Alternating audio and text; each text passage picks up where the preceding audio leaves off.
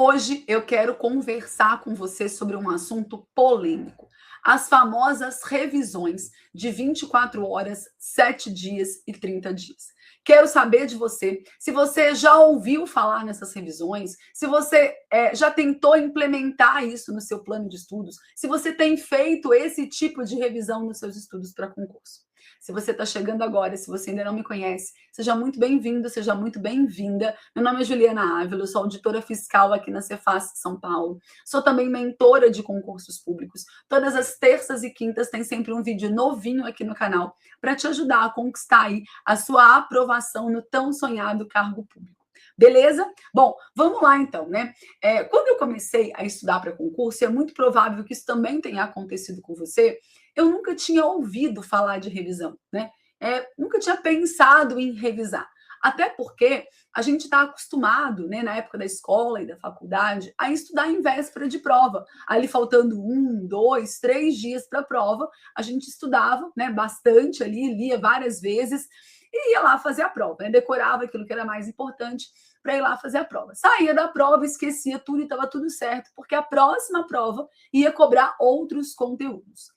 Acontece que aqui na preparação para concurso, esse já não é mais um processo cabível, até porque a gente tem uma quantidade muito grande de matérias e de assuntos. Então, é inviável, né, a gente tentar estudar todo esse conteúdo na véspera de uma prova. A gente vai precisar começar a se preparar com muita antecedência, com meses, quiçá anos de antecedência. E o que acontece? Sem um sistema eficiente de revisão, você vai estudando, mas você não consegue reter essas informações estudadas. E aí chega na hora da prova, você se lembra daquilo que você estudou há uma semana, há um mês atrás, mas aquilo que foi estudado há mais tempo, que foi estudado há 3 meses, 6 meses, 1 ano, você já não consegue mais se lembrar a ponto de conseguir acertar uma questão. E aí eu costumo dizer que é como se a gente estivesse tentando encher uma piscina furada, né? A gente vai colocando água, mas essa piscina nunca enche. E é o que acontece também quando a gente estuda sem fazer revisões, né? A gente vai estudando, mas essas informações vão sendo perdidas ao longo do tempo. Bom, e aí, muito provavelmente, né, se você já entendeu que não tem como passar em concurso público sem fazer revisões, é muito provável que você tenha se deparado com as revisões de 24 horas, 7 dias e 30 dias. Esse foi o primeiro sistema que eu tentei implementar. Eu confesso para você que na minha primeira aprovação deu certo, porque foi um concurso que tinha menos matérias, que eu me preparei durante menos tempo. Acontece que quando eu tentei usar esse método na preparação para a área fiscal, aí o negócio não funcionou mais, né? Porque ou eu estudava ou eu revisava, né? Essas revisões começaram a demandar um tempo muito grande, até porque não adianta só, né, a gente fazer revisões de 24 horas, 7 dias e 30 dias. Se a gente estiver pensando, por exemplo, em se preparar para um concurso que vai acontecer dali a 6 meses, dali a 1 ano, se você fizer uma revisão com 30 dias e depois não revisar mais, o que acontece é que você não vai se lembrar mais daquele conteúdo, né? Porque a gente vai esquecendo ao longo do tempo. A gente vai precisar continuar revisando até a gente fazer prova e passar e nunca mais precisar daquela informação, tá certo? Bom, qual que é o problema aí, né? É que essas revisões de 24 horas, 7 dias e 30 dias, elas foram baseadas, né, em um experimento feito por Hermann Ebbinghaus. Hermann Ebbinghaus, né, um psicólogo, especialista aí, um dos pioneiros no estudo da memória, fez um experimento lá no século XIX. Como é que foi esse experimento de Hermann Ebbinghaus? O Ebbinghaus, ele decorou sequências de letras sem sentidos. Então, na verdade, não eram palavras, tá? Era uma sequência de 3 letras, por exemplo, P-O-T ou R-A-L, sabe? Eram sequências de consoante, vogal, consoante que não tinham sentido. Então, Ebbinghaus, ele decorou uma sequência, né, dessas sílabas, e aí ele começou a testar de quanto em quanto tempo ele conseguia recuperar isso. E aí ele percebeu o seguinte, tá? Que à medida que o tempo passava, ele conseguia se lembrar de menos dessas sequências. Então, por exemplo, imediatamente após decorar, ele conseguia se lembrar de 100%. Passados 20 minutos, ele conseguia se lembrar de apenas 58% das sílabas. Passado 1 hora, isso caía para 44%.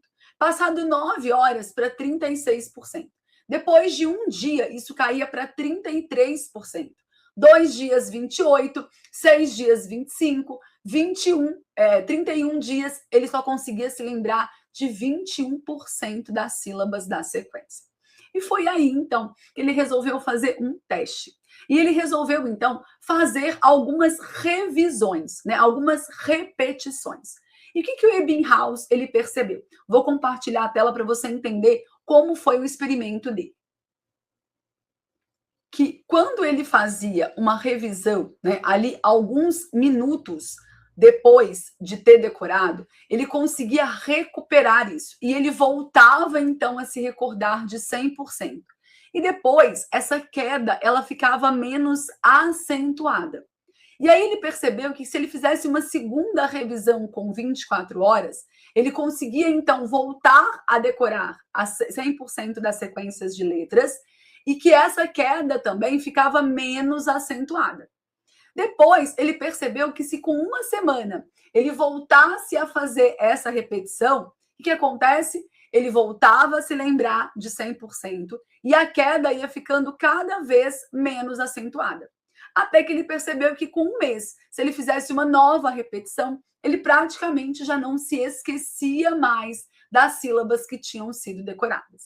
E foi a partir desse experimento, então, que começou-se a indicar, né, aí as revisões de 24 horas, 7 dias e 30 dias. Bom, mas existem alguns problemas nesse experimento que a gente precisa entender, tá? Relacionados com a aplicabilidade dele no estudo para concurso.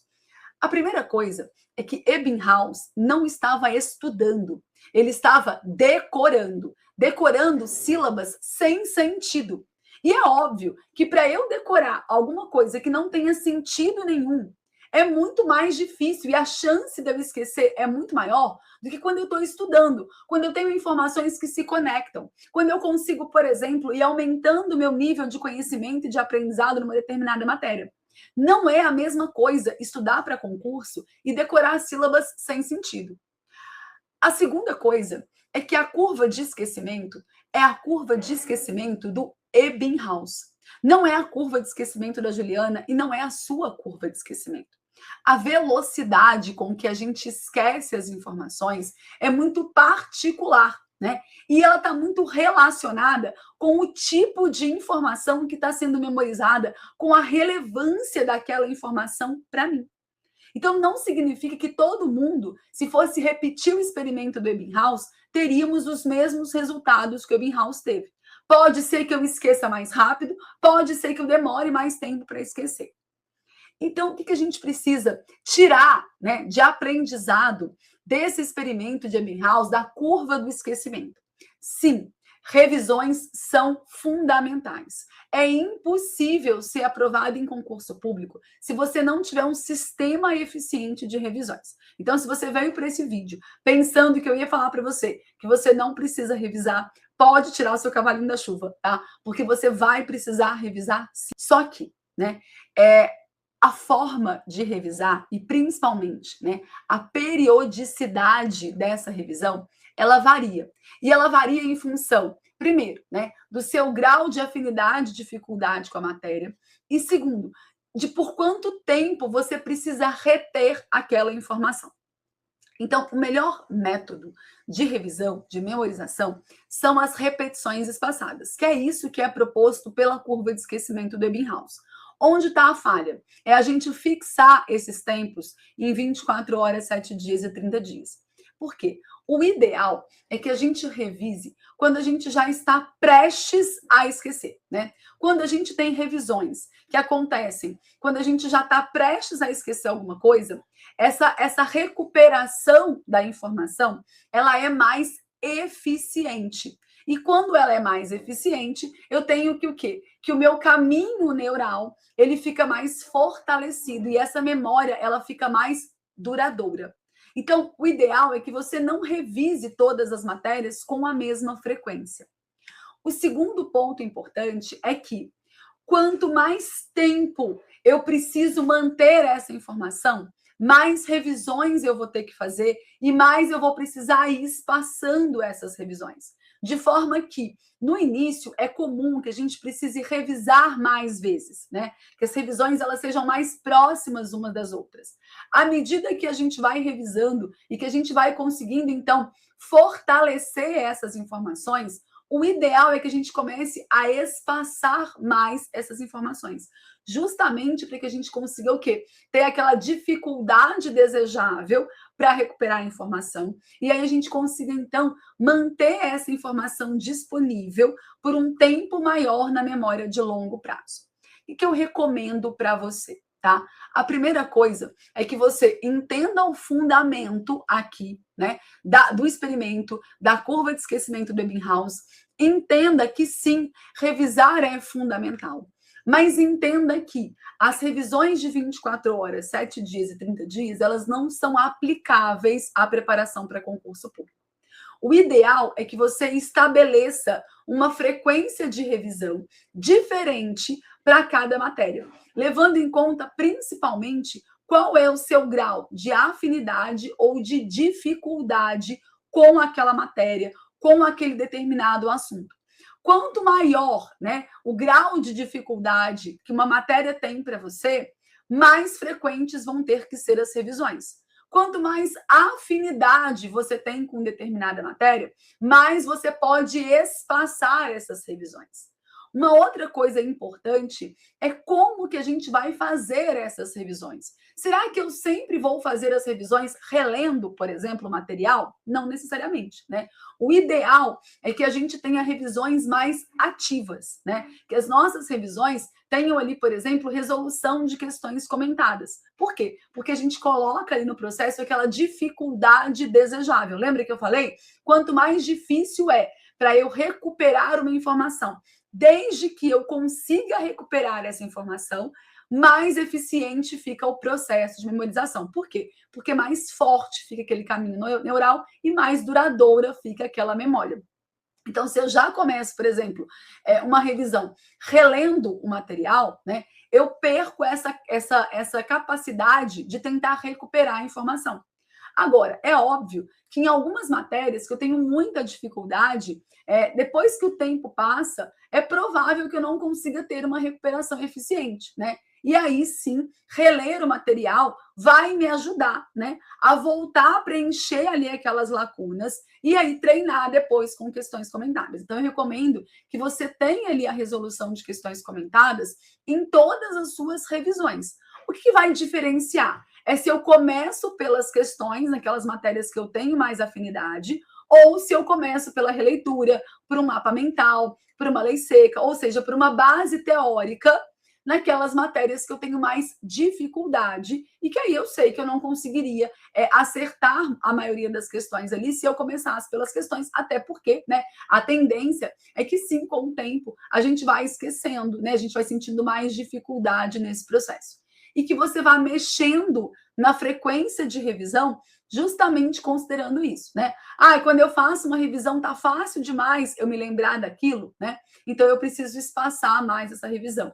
Quando eu vou fazer a revisão, eu já esqueci praticamente tudo o que eu estudei, então eu preciso chegar e aproximar mais essas revisões, tá certo? Então o ideal é que a gente tenha aqui uma curva de esquecimento pensada, né, de forma individual, de pessoa para pessoa, e também pensada em função do grau de afinidade com cada uma das matérias. Então, se você usa aí, né, as revisões de 24 horas, 7 dias, 30 dias, entenda que elas não são eficientes para o processo de estudo para concurso público, né?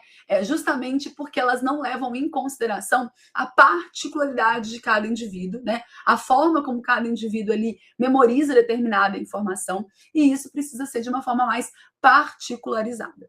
Tudo bem? Bom, eu espero que você tenha gostado aí do nosso vídeo de hoje. Deixa aqui a sua curtida, compartilha esse vídeo com outros concurseiros. Já se inscreve aqui no canal, me segue também no Instagram, porque todo dia tem conteúdo novinho para você aí, para te ajudar na sua jornada rumo à aprovação. E a gente se encontra no nosso próximo vídeo. Até lá!